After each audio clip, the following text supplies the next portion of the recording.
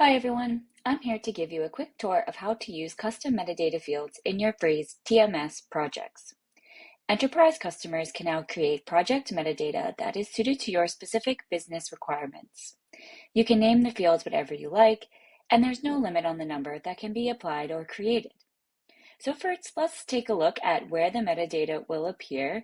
I'll go to the new project creation window. And here under source and target language, you can see a metadata field called customer. This is one that I pre-added as an example, just to show you where the metadata will appear once created. So now let's go to settings and create some fields for ourselves.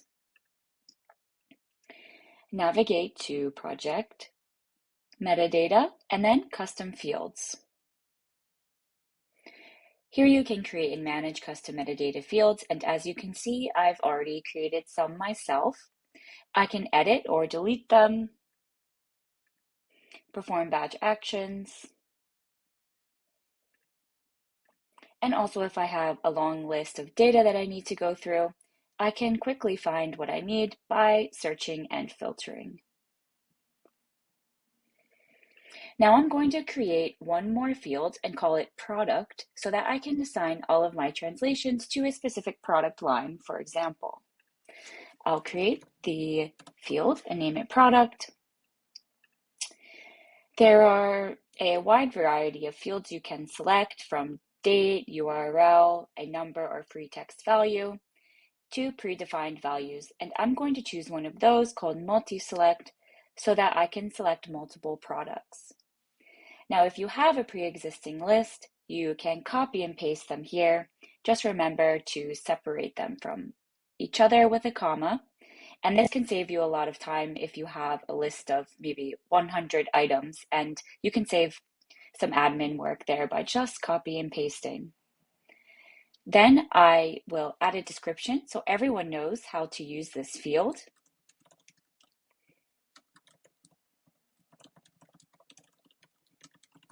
And then I'll make it a required field so that this will appear in every project creation window, and you won't be able to bypass this field.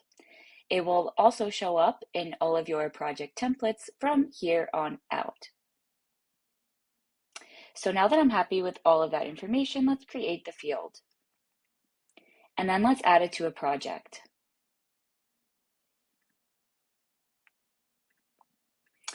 As you can see, the required fields are already here, customer and product.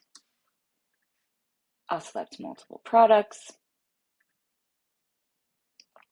And then I will add the other custom fields that I've created, but that aren't required.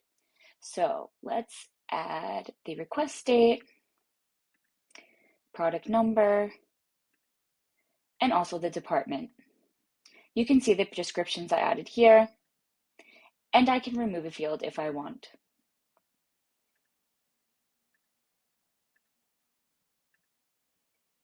When I create the project, you can see that my metadata approved is here.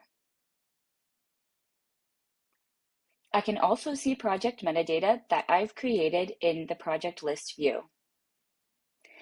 In order to see the metadata features that I'm describing, you must be in the new project list view.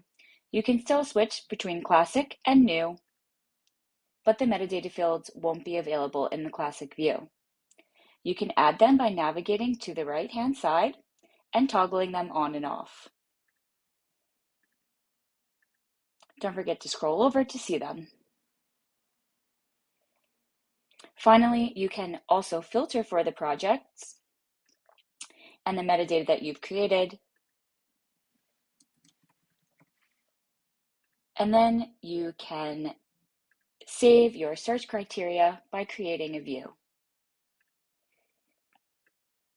This way, I can keep coming back to it easily. So I hope what I've showed you has shown you a little bit about custom metadata and how to effectively use it. Now go ahead and try it out for yourself.